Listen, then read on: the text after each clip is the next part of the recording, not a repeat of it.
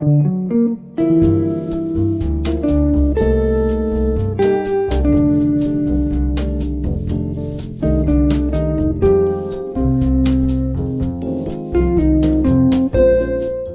my name is Imani Harris. I am a fourth year here studying English with a concentration in creative writing, and I am the president of Never Let Your Pen Dry, a spoken word organization on campus. Anytime I come home from college, to be honest, man, I'm hurting. Who knew that more education would feel like a burden? I'm just sitting, looking at my city's position and wishing that these colleges gave out more money for tuition, and I'm wishing. And after getting involved with the organization, doing few of their writing workshops and going to their open mic nights on and off campus, I kind of realized that maybe I should switch to a different major that would accommodate more of my creative side and my interest in English and things like that.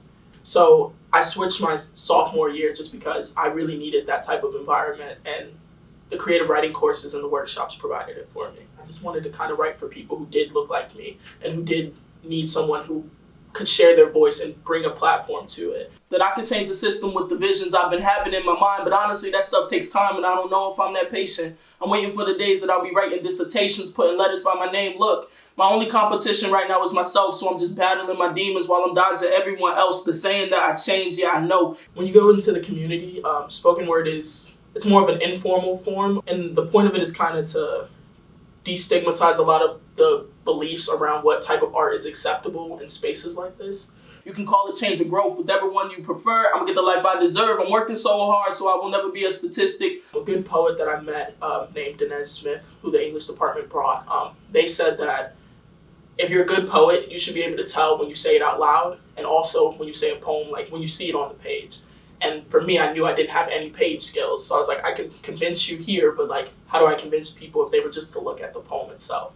I'm looking at my city, and I swear I'll make a difference starting in the community. The struggle is nothing new to me. So a big focus of the organization is to first get people like aware that spoken word is a form of poetry that should be seen as legitimate, because a lot of our poets use a lot of the same tools that you would find in an English class. I'm working so my children will never have to see the day they work 10 times harder just to get paid 10 times less than a white man sitting at a desk. But honestly, I say I'm blessed to even be in this position. The Department of Social Change has an opportunity every semester for students to volunteer to work at one of the many sites that they have. That point is to work with incarcerated youth and to mentor them and to make sure that once we come in there that they will have the tools that when they do re-enter society that they can be more productive in their communities and to create just positive awareness. I swear I'll make a difference. I'm looking at the sky and I don't think that it's the limit, so I'm pushing past every opportunity I'm given. I'm trying to make a better living, not for myself, but for my children. And yeah, I know I'm just one girl, but I swear to God one day that I'm gonna change the world. Look. We do writing workshops with them where we analyze hip-hop lyrics. And instead of just thinking of hip-hop as this like, oh yeah, this is just them doing this thing, it's analyzing the words and seeing how there is poetry and poetics in it. And I wouldn't be able to do that if I wasn't an English major.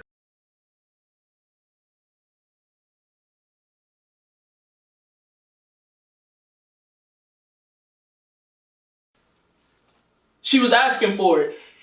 She knew what she was doing when she put on that tight skirt. Crop top so high that it's barely a shirt. See, I'm a man, what you expect me to do? Respect her words. See, society says I don't have to, so I put my needs first. So fuck her. Literally, that's what I'm about to do. Spike a drink and give it to her, telling her it's just juice, hoping that this drink will give her enough juice to move over to the dance floor. The way she's dressed would suggest this is exactly what she asked for. And as we dance more, I move my hands more up her skirt to the point where we're not dancing anymore. See, we're past the dance floor.